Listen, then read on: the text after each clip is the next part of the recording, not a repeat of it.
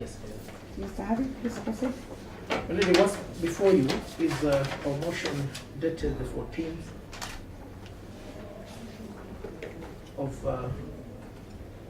October. Sorry, dated 11th of October 2018. Melody, the motion is supported by the affidavit of the first petitioner, Dr. Evans Kidero.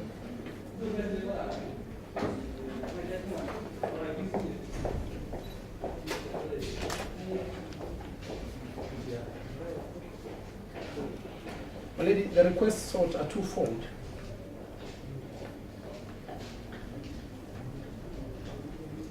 On the first instance, we seek an order for cross-examination of Mulki Abdi Umar insofar as the contents of paragraphs 5, 7, 9, 10, 11, 14, and 49 of her affidavit sworn on the 3rd of October 2018 is concerned. So which affidavit? Which paragraph? Paragraphs 5, 7, 9, 10, 11, 14, and 49. The affidavit in issue is the one of Mulki Omar, sworn on the 3rd of October 2018.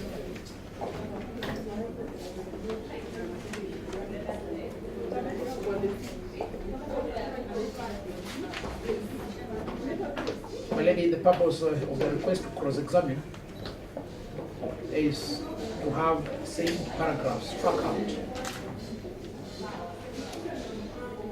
for the reason that they contain information that is not within the personal knowledge of the deponent,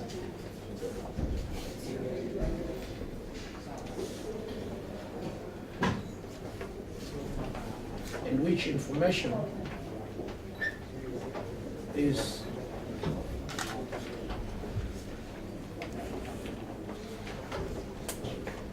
oppressive and scandalous.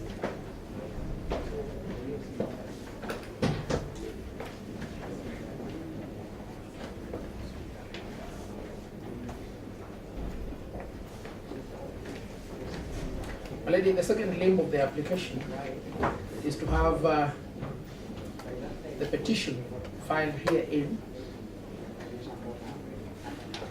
determined by way of oral evidence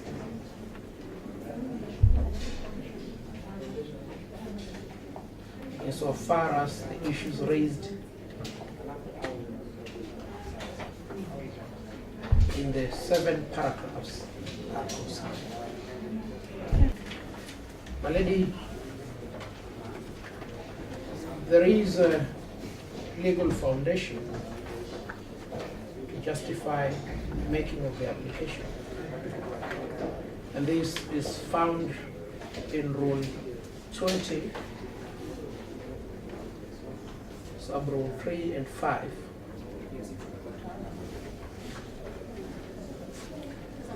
of the Constitution of Kenya, Protection of Rights and Fundamental Freedoms, Practice and Procedure Rules 2013. 23, sub-rule 5.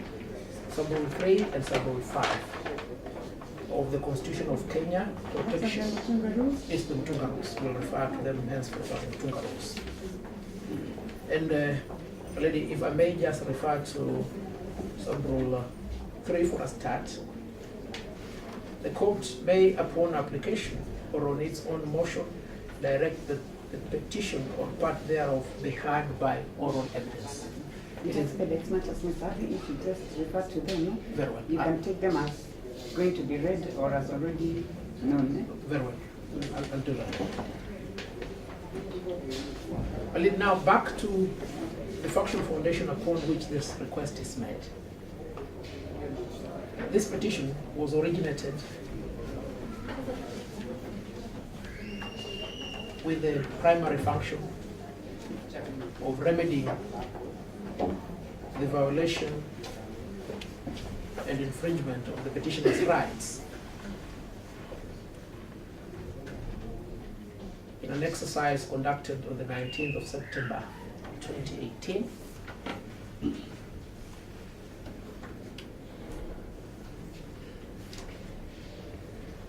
By the Ethics and Anti-Corruption Commission on the 19th of September 2018 by the Ethics and Anti-Corruption Commission.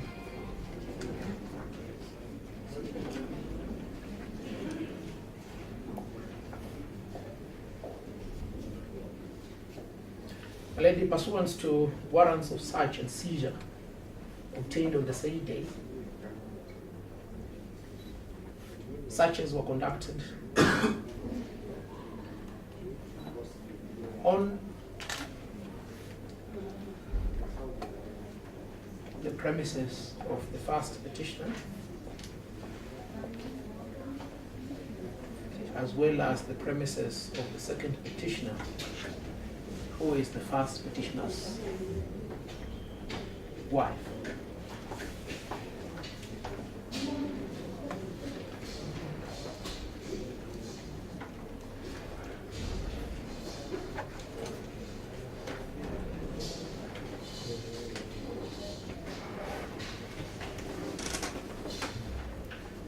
The petitioner has assailed that action for the reason that there was no foundation, factual or legal,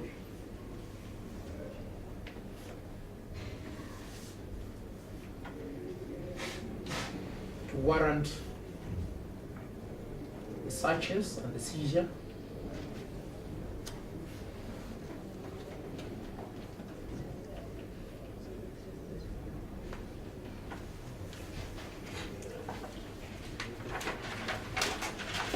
Your Honor, in response to the petition,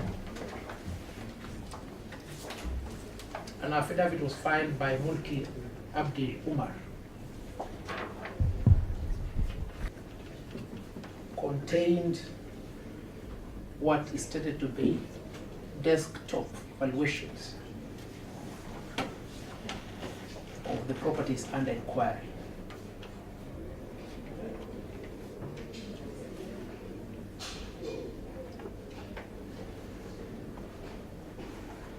And over and above those false valuations, statements are made on oath by Mulki Abdi Omar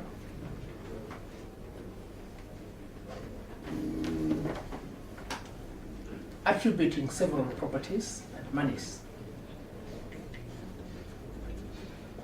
to the first petitioner.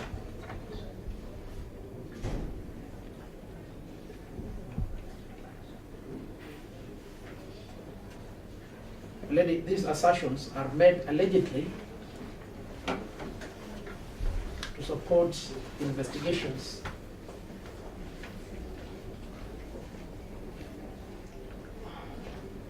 on the complaint that the petitioner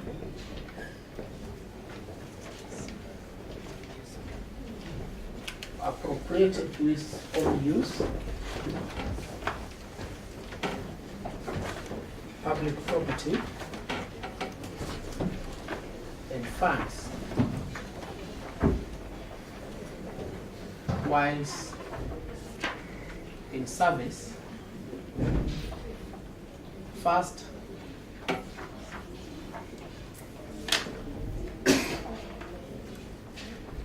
at Mumias Sugar Company Limited, and second as Governor of Nairobi County.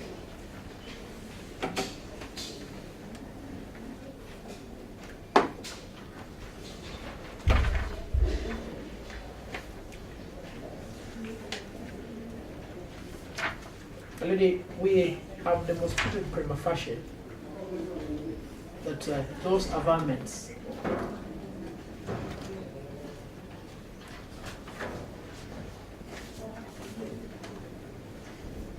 do not tally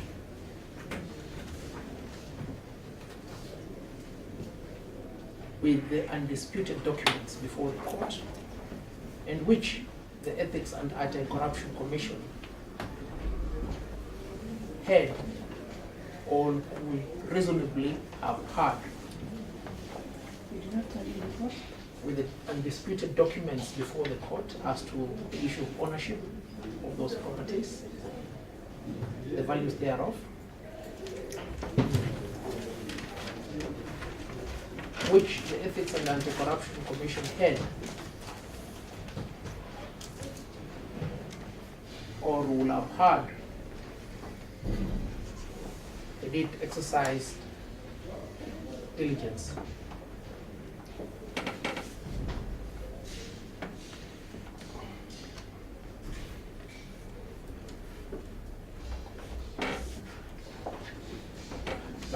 It is therefore fundamental that these issues be tested by cross-examination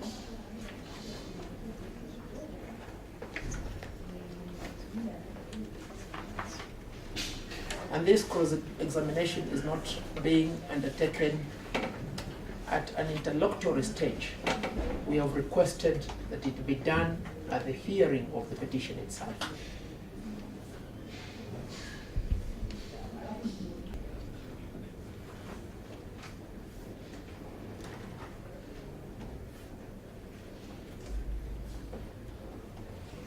My lady, we have filed elaborate submissions on 22nd of February 2019, to which is attached a list and bundle of authorities dated 22nd of February 2019.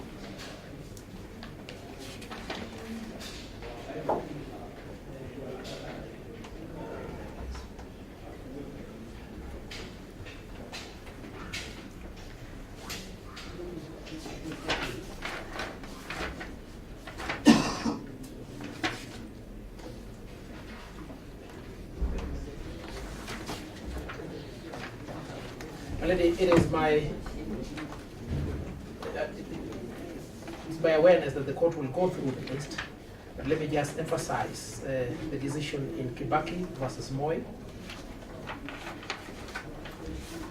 Is a decision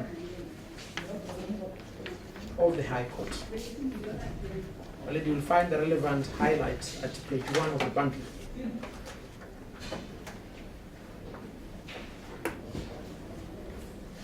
In this decision, the following ratio set out as determining the exercise of discretion insofar as a request for cross-examination is concerned.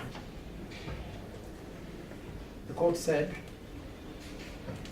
that the power to order cross-examination will only be exercised after a proper basis has been laid. Sorry, those were the things I was asking, requesting you kindly, in the interest of time, not to read. No. I will promise you that they will be read. Yes. My lady, the key response taken by the Ethics and Anti-Corruption Commission against this request is the assertion that the deponent of this affidavit is the investigating officer, and that for that reason, allowing cross-examination will prejudice and compromise the investigations. The respondent has also contended that there is no foundation that has been laid to warrant the grant of this order. I've dealt with the issue of the foundation.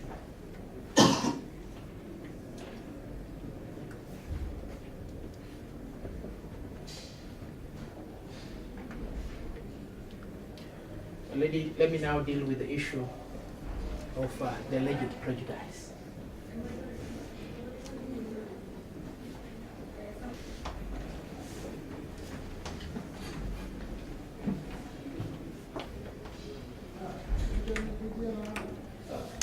From the threshold, it needs to be understood that the so-called investigations undertaken by the first respondent are court-facilitated investigations.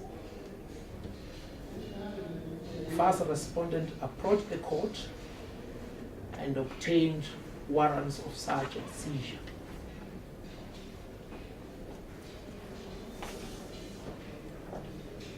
It would have been different if these investigations were conducted otherwise.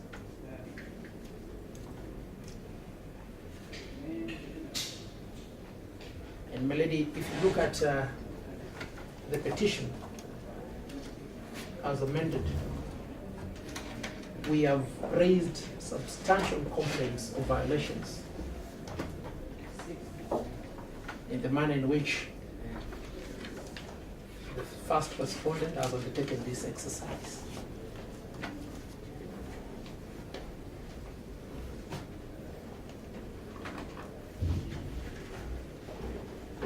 And my lady, it is our humble submission that an inquiry into the source of income of assets alleged to have been acquired public funds is a documented inquiry. It is one in which there will be no prejudice if the deponent of that affidavit is cross-examined on the documents that have been put by a clarification again, Mr. Havi. Yes, my lady. What's your submission with regard to this inquiry? The inquiry is based on documents, and that there is no prejudice that will be suffered by the Ethics and Anti-Corruption Commission by asking the deponent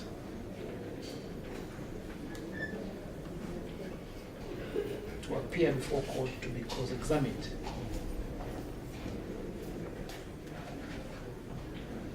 on the contents of our affidavit.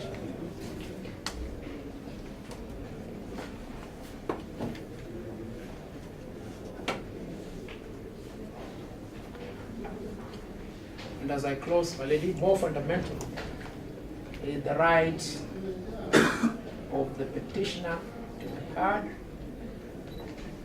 and the right to a fair hearing.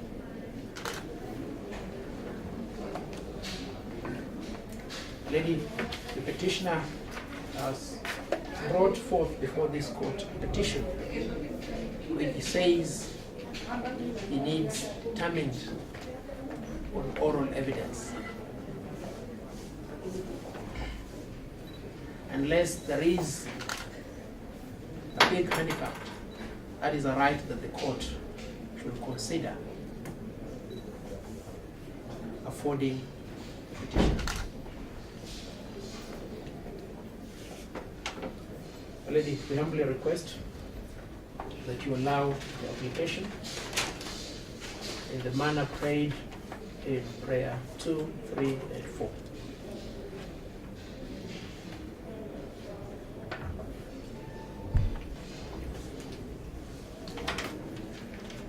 My lady, unless the court has any question, we'll be on behalf of the petitioners. Mr. Havi? Most welcome.